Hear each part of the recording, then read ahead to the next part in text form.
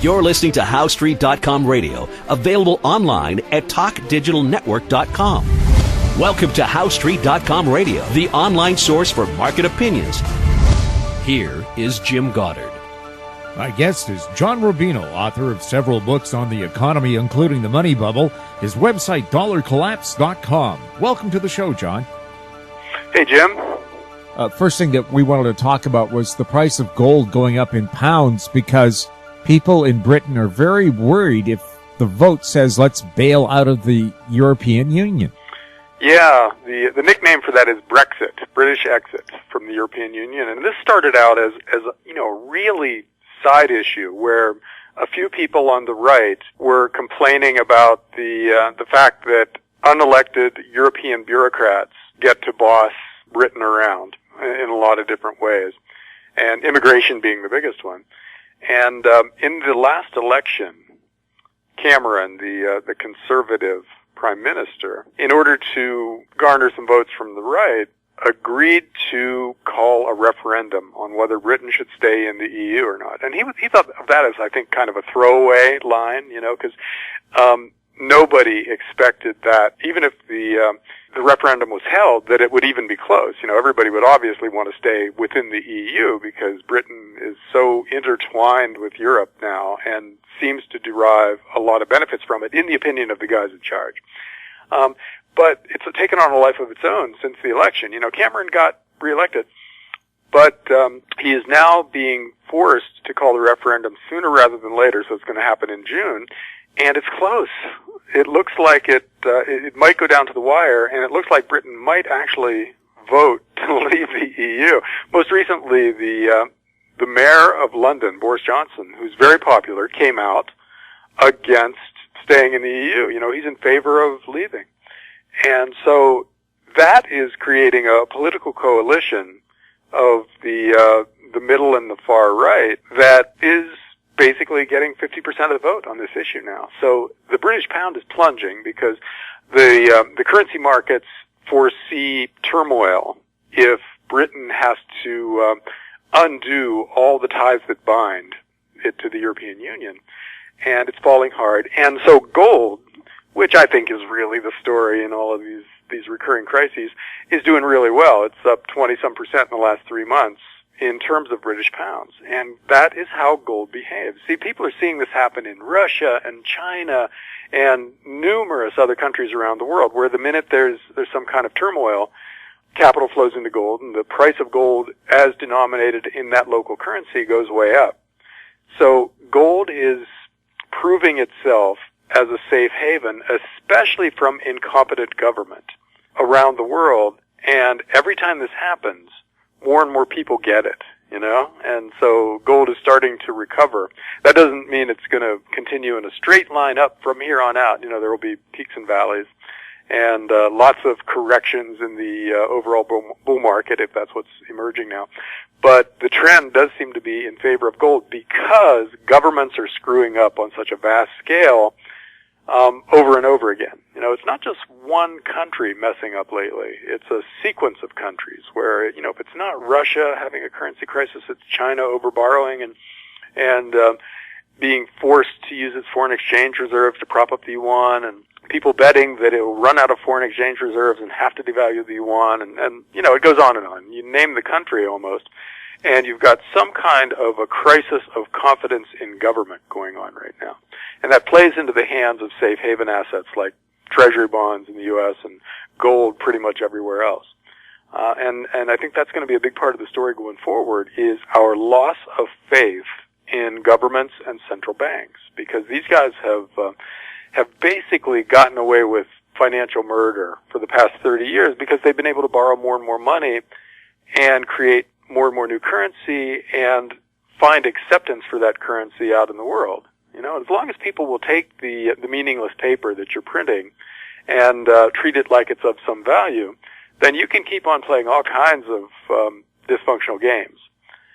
And like in the case of the U.S., you can run a global military empire that is bigger than the next 5 militaries put together, while you're running a cradle-to-grave entitlement state, and while you're doing all kinds of other things that normally would strain your budget. Well, you just create new currency when you've got the dollar, And so we've been able to get away with that forever. But it looks like those days are starting to end. People aren't responding with instant positive actions whenever the government speaks anymore. And to the extent that that becomes the common perception, when the Fed speaks, now we bet against the Fed because we don't think the Fed is competent. That's the end of the game for these guys. So we can't say for sure that this is it, but when it happens, this is what the early stage of it will feel like. And, as a gold bug, it's fun to watch. Right. And of course, people ask, if gold is going up, what's the story for silver? Yeah, silver is something that people think of in the same context as gold. So it tends to go in the same direction. Their ratio of how many ounces of silver it takes to buy an ounce of gold fluctuates over time, but they tend to move in the same direction. So if gold goes up by, let's say, 50% over the next 2 years, you would expect silver, which is a much smaller, thinner market, to go up by 75 or 100%. That's normally how it works. It's more volatile than gold. And the reason for that, in part, is because if you're a regular guy, you got a few $1,000s to allocate to your investment portfolio, and you want to buy precious metals because you're worried about governments spinning out of control and being completely incompetent and corrupt, blah, blah, blah. You can buy an ounce of gold, or you can buy a whole bunch of ounces of silver. And so silver is much, much more accessible. It's easier to get into than gold, especially once gold starts rising. And so that's why silver tends to go up faster. The other reason is that there's just not that much silver out there, All the gold that's ever been mined still exists in the world because all we do with gold is save it. We turn it into jewelry and money, and that's about it. And all of that stuff still exists. So there's a huge, huge supply of gold out there that could come onto the market if prices go up. With silver, it's mostly an industrial metal now. And most of the industrial uses to which silver is put aren't recycled when they're done. The microchip in your cell phone has a little bit of silver in it. But when you throw that cell phone away, even if some other parts of that phone are recycled, the silver disappears. There's just not enough of it to make it worthwhile. And same thing with, for instance, solar panels, where there's a little bit of silver paste in the solar panel, but we aren't necessarily going to get that silver when the solar panel wears out. So a lot of the silver that's being mined right now is disappearing. And that means that the supply is much more constrained in terms of the current demand, and so the price of silver is way more volatile because it responds more strongly to changes in demand. And if investment demand for silver, that is people buying silver coins and bars for monetary purposes, thinking of it as a form of money that they can store their wealth in and expect it to hold its value, if that goes up, then that puts huge upward pressure on silver. And that's what we're seeing right now. There's a huge shift going on in the silver market where, industrial uses are pretty much stable, but the investment demand is going up dramatically. And, if 1% of global capital moved into silver right now, it would have to go to $300 or $400 an ounce to accommodate that much money. So, it's extremely sensitive to these kinds of shifts. And we're seeing a shift now in its favor because as gold goes up, silver gets more relatively attractive for people who are looking at precious metals. And so I think there's a really good chance that someday there's a $100 day for gold up. And that won't be that big of a deal in the gold market, but on that same day we could see a $10 up day in silver, which would be a very big deal. That might be, at that point, 25% increase on one day in silver's price. And that's out there. That is going to happen one of these days. Just because the silver market is so tight and so tiny compared to the amount of paper that's been created in the world. And so, you can't know when that's going to be, whether it's next week or 10 years from now. But you have to be there when it happens, because if you're not in on that day, then you miss out on this huge pop in the price of something that, you kind of wanted to own anyhow. So if you're a precious metals investor, if you're somebody who's interested in precious metals, and you're debating whether to pick up a little silver, you probably should do it. Not all at once, but in a gradual way. Dollar cost averaging into something that you expect to go up at some point in the intermediate term future is a good strategy for something like that. And I think silver is a really good candidate now for a steady, calm, not aggressive, but regular purchase program. I was just going to ask about averaging, buying, say, 10 ounces a month or something. Yeah. You never want to jump with both feet into a volatile market, whether it's stocks or precious metals or any other kind of commodity, for instance, because those things are just really, really volatile. And you can lose your shirt. You can be right in the long run about something like that and lose half your money when it has a correction. So, you just don't want to do that. You want to accept that you might miss that big pop if it happens very soon. And in return for the possibility of missing that pop, you also miss the crash should it happen really soon. So just get in a little bit at a time. And if prices tank in the meantime, that means the amount of money that you're putting in each month buys you more ounces when it goes down. So it's a good thing. And that improves your overall cost basis. So, in these markets, we have to be very careful when we're saying good things about precious metals, that we don't get people too excited so that they mortgage the house and put their savings into it at today's price, because that's incredibly dangerous. So, I hope, Jim, you and I have been definite enough about this. Dollar cost average. Don't buy everything at once. We'll have more with John Rubino right after the break. Unbelievable harmony, spectacular performance, the ultimate tribute to the Everly Brothers and Simon & Garfunkel. Bird Dog and the Vintage Electric Band coming to Fort Langley, Mission, White Rock, West Vancouver. Buy online and save at ontourtickets.com. Welcome back. We're speaking with John Rubino. John, U.S. crude inventories are at their highest level in 86 years. What is that doing to the price?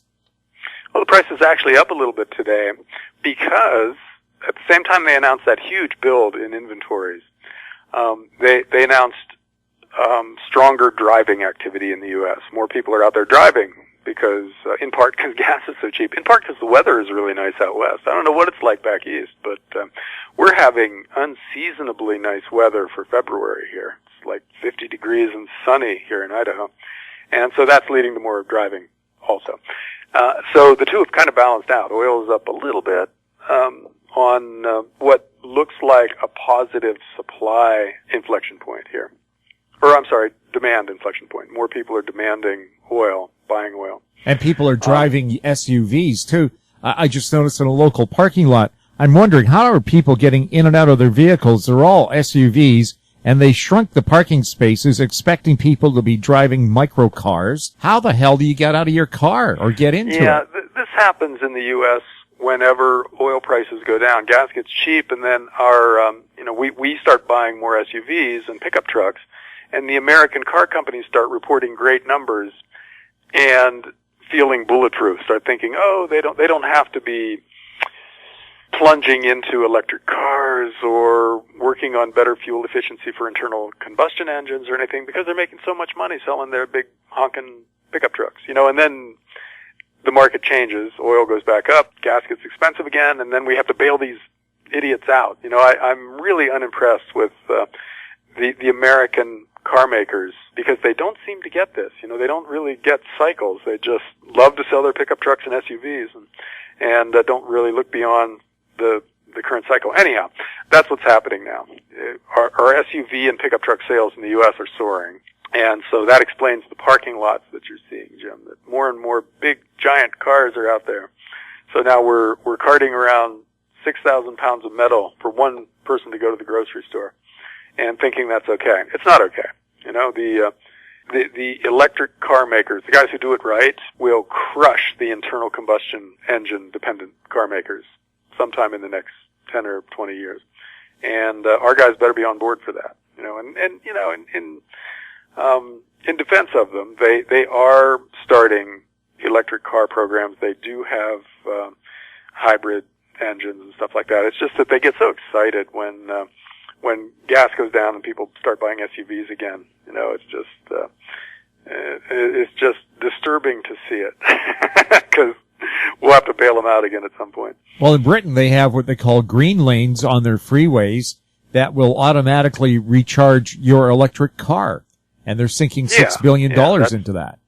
That's cool. And that's really the future. You know, I assuming that we can find enough lithium to create all the batteries that we would need, or that we come up with some other technology that is made with stuff that's very abundant. You know, assuming that's possible, then there's no comparison between electric cars and internal combustion cars. I don't know if you've driven an all-electric car, Jim. They are so much more fun to drive. They really do feel like something from the 21st century, and they make internal combustion engine cars feel like something from the 20th century. Well, they're so super quiet, they're going to have to put noisemakers on them, for the reason being that pedestrians listen for traffic. They don't necessarily look. And when I was driving the electric car, people were stepping in front of me, not noticing that you were there because they don't look. They listen. Yeah. And also what I found really interesting was when you're stopped at a red light, how you can hear all the traffic around you, but there's no noise from your own vehicle. You don't realize how much noise your gasoline engine makes. Isn't that funny? You stop and you think the engine stalled out, right? Because it goes completely silent. Oh, yeah, a little light has to come on to tell you that the thing is actually working. Yeah. Because otherwise you think it's broken. Yeah. And you know, we'll figure all this stuff out because the underlying technology is just so attractive. Electric cars accelerate in a way that feels so much more natural than with an internal combustion engine that has to go through gears and everything and makes noise when it revs up. And the electronics in electric cars are just so cool. You know, it's like you're inside a computer. So anyhow, and Teslas. You know, I've never driven a Tesla, but somebody was telling me about it the other day, and it just sounds like an amazing experience. So anyhow, electric cars will someday be the normal kind of car technology, and to the extent that we can charge them with solar power generators, in other words, the rooftop solar that charges your car in your garage, or else big utility scale solar power plants that replace the coal-fired plants today, will end up not needing fossil fuels at all. Well, I saw already where some big box stores like IKEA, whose stores are enormous, are putting solar panels on their roofs. And there's also new technology that lets you put solar panels into pavement. So every parking lot and highway can be a solar panel as well. Yeah. Yeah. Those big box stores are an interesting idea because they have flat roofs. Yeah. And the real estate is already there. You don't need an environmental impact statement. There's no real regulatory issue or anything where you can just, if you're Walmart, you know, you can put solar panels on this massive, massive chunk of real estate and basically run your store via solar power and then even feed power back to the grid. And, you know, compare that to building a nuclear plant or something like that where, you know, you need 10 years just to get the regulatory approvals. And then you create all kinds of environmental issues further out in the future. Well, those solar panels on that Walmart roof don't have any of that. You know, they're never going to blow up and irradiate 50 square miles. They aren't going to create huge amounts of waste that is going to stay radioactive for 10,000 years. There's nothing like that. So the external costs of most kinds of alternative energy are so much lower than those of fossil fuels that that's another reason why it's going to happen. And it's just a matter of the cost going down. And that is happening. Solar power gets about 5 to 10% cheaper every single year. And as that exponential decrease in costs continues for a while, the lines are going to cross to the point where even without subsidies, solar is cheaper than oil or coal or natural gas in most places. And at that point, then, it's kind of game over for fossil fuels because there's no reason to build a coal-fired power plant when solar is cheaper today and going to be even more cheap tomorrow. The G20 will be meeting in China on Friday. Do you expect anything major to come out of that? Well, you never know, but it doesn't sound like it. These guys are basically confused. They really don't understand why the things they've done for the past 10 years and really for the past 30 years haven't worked. Because the economic theories that they're operating with say that when interest rates are zero and the money supply is increasing at a low double-digit rate and the debt in the world is growing at a middle single-digit rate, that we should have this rip-roaring boom in which everybody's getting jobs and raises, and we've got wage push inflation, and we should have to be worried about inflation at this point, not tipping back over into a deflationary abyss, which is what the world is doing right now. And the reason that their models aren't working is because those models tend to ignore debt. They just look at how much consumption is increasing in the moment, and they think, well, no matter what we do, if it increases consumption, then we're okay. So they look at debt as basically either an irrelevancy or a good thing. But they ignore the fact that the more debt you take on, the harder it is to grow going forward. And the Austrian School of Economics focuses on a society's balance sheet. And so that economic theory tends to be right at the turning points. When debt reaches an unsustainable point, the Keynesians don't even notice it. And then when it causes a huge crash, the Austrians will have predicted that, and the Keynesians are totally confused by it. And that's sort of where we are now. The guys using the dysfunctional models that ignore debt just don't understand what's happening. And they can't figure out what to do next because what they did in the past didn't work. Well, the Austrians see this coming. For the past 10 years or longer, Austrians have been saying, well, we've been taking on too much debt. So we've got a crisis out here. And there's no way to get through the crisis without wiping out this debt. You can't just borrow more and layer it on top of an already unsustainable amount of debt and think that you've fixed anything. You have to get rid of the debt somehow. And so it can only happen in one of two ways. You have a hyperinflation in which your currency goes down in value so dramatically that the real value of existing debt is cut by 3/4. Or you have a 1930s style crash in which a lot of that debt is wiped out through bankruptcy. And that's it. That's all we have to look forward to, one of those two crises. And unfortunately, the Austrians are going to be proved right here, because that's what they've been predicting all along based on history. And there's nothing that's happening today that makes it look like it won't play out the same way it has played out 6 other times in history, except that this is global. This is way bigger than any previous financial bubble that we've ever seen. And so the reckoning is likely to be commensurately extreme. And, it's kind of uncharted territory in the sense that it's global. And everybody has fiat currency printing presses this time around instead of being forced to use sound money. So it'll be different, but it'll be probably a bad difference instead of a good difference this time. Well, you would like listening to one of my regular guests, Manfred Zimmel from Austria, who has been talking about some of the very things that you've mentioned. And he talks about the true rate of inflation. He said, well, what's the true cost of having an atomic power plant when at some point you're going to have to deal with its waste? That's going to cost you billions and billions of dollars. So that really isn't cheap power. He factors things like that into it. If you look at the real subsidies, in other words, the external costs that we're not counting as part of the price of energy sources, oil and nuclear are incredibly expensive because, in the oil market, you really should include the part of the U.S. military budget that goes to guaranteeing Middle Eastern oil supplies in the price of oil, right? Because we have to pay it in order to protect our oil supplies, and we wouldn't do it otherwise. We wouldn't be in the Middle East if there was no oil over there, Instead, we spend $500 billion a year trying to make sure that Saudi Arabia is okay so they can keep sending us oil.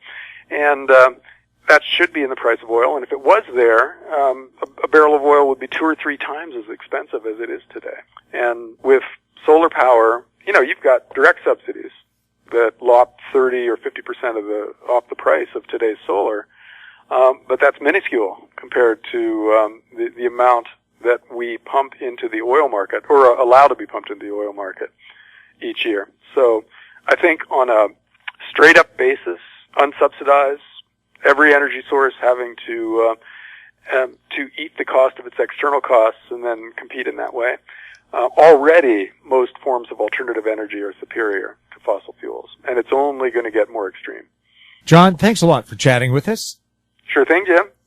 My guest has been John Rubino, author of several books on the economy, including The Money Bubble. He's also an analyst at Baring Asset Management. His website, dollarcollapse.com.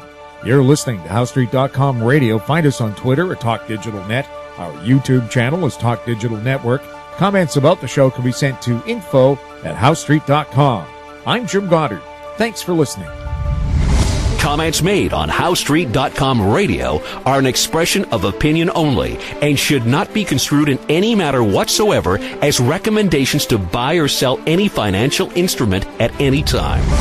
Available online at TalkDigitalNetwork.com. HowStreet.com radio is a production of House Street Media Incorporated.